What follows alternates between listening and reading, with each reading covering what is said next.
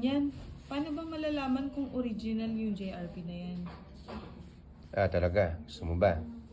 O, kuha ka ng isa.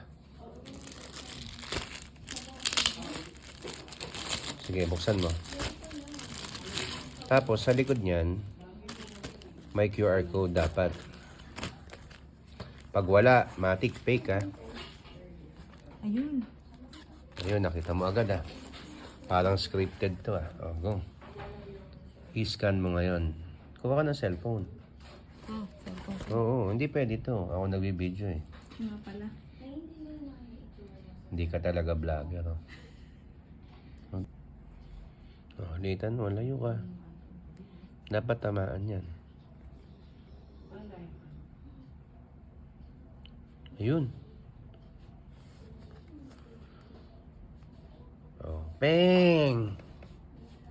Oh. So, alam nyo na.